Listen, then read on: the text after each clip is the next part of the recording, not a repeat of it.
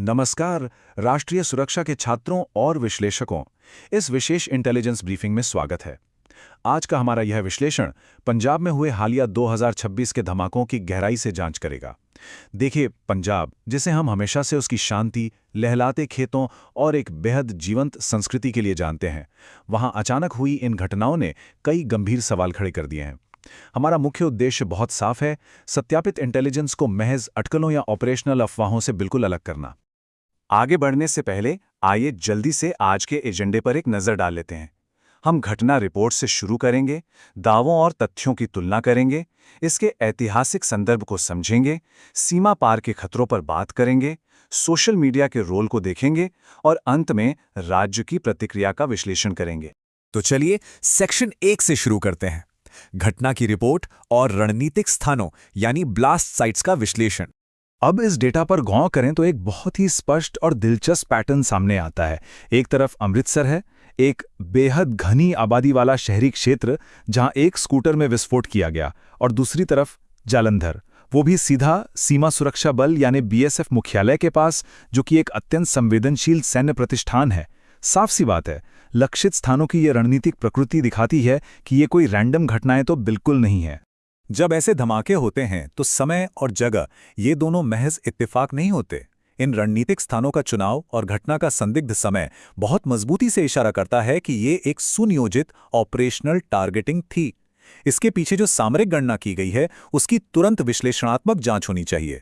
ये धमाके महज डराने का प्रयास नहीं है, बल्कि ये सुरक्षा तंत्र के रिस्पॉन्स टाइम को तौलने का एक तरीका भी हो सकते हैं।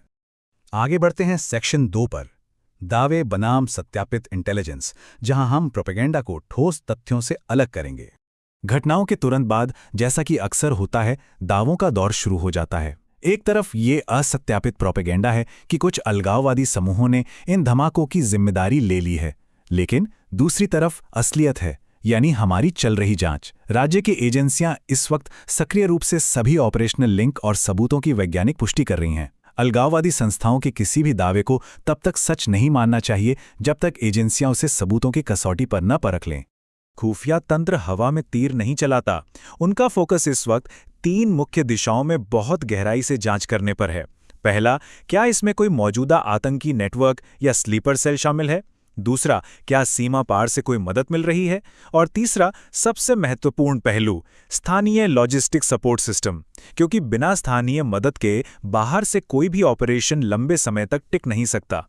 यह हमें लाता है सेक्शन 3 पर, ऐतिहासिक संदर्भ और अलगाववादी आंदोलन, ताकि इसके वैचारिक ढांचे को समझा जा सके। किसी भी वर्तमान खतरे का सटीक आकलन करने के लिए हमें इतिहास के पन्ने पलटने ही पड़ते हैं।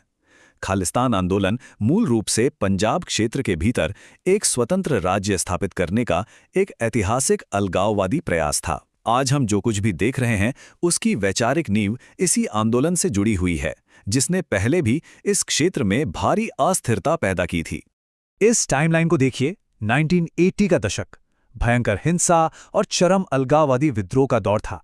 फिर एक लंबा सफर तय करके 1990 से 2010 के बीच एक क्षेत्र ने धीरे धीरे स्थिरता और राज्य के नियंत्रण की बहाली देखी, और अब 2026 में अचानक ये धमाके और सुरक्षा का हाई अलर्ट। ये पूरा प्रक्षेप वक्र, भयंकर हिंसा से शांति और फिर वापस इस तरह की घटनाएं, ये वर्तमान सुरक्षा ढांचे को समझने के लिए एक बेहद जरूरी संदर्भ देता है।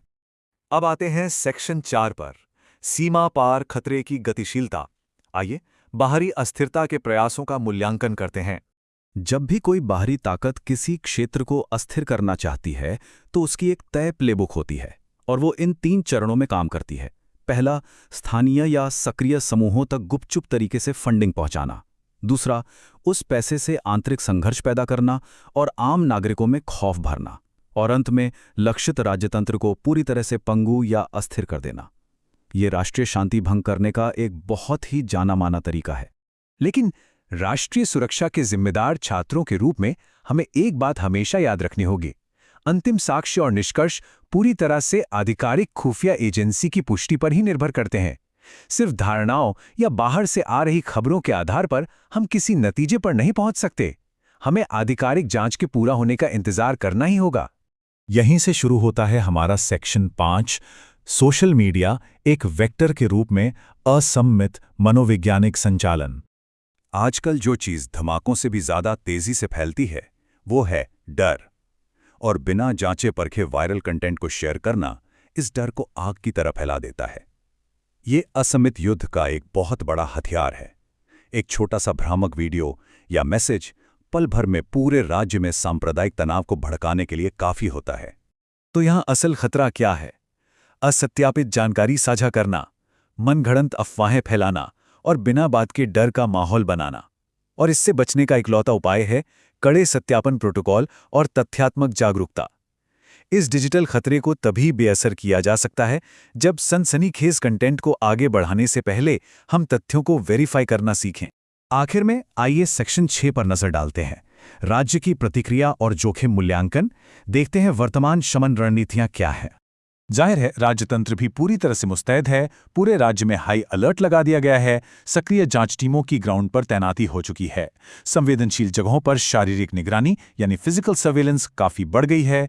इसके साथ ही सीमा सुरक्षा उपायों को बेहद सख्त कर दिया गया है और अलग अलग एजेंसियों के बीच खुफिया जानकारी साझा करने का एक बहुत ही व्यापक प्रोटोकॉल शुरू हो चुका है। अगर हम आज के इस पूरे सिनेरियो की बैलेंस शीट बनाएं तो हमारे पास राज्य की मजबूत संपत्तियां हैं, जैसे भारी पुलिस उपस्थिति और सक्रिय इंटेलिजेंस। लेकिन हमारी प्राथमिक कमजोरियां कहां हैं? हमारी कमजोरियां हैं इन छिटपुट घटनाओं के बाद पैदा होने वाली अनावश्यक घबराहट और सोशल मीडिया पर अफवाहों का बेकाबू होना। फिजिकल सिक्योरिटी भले ही कितनी भी टाइट हो, मनोवैज्ञानिक मोर्चे पर लड़ाई अभी भी बाकी है।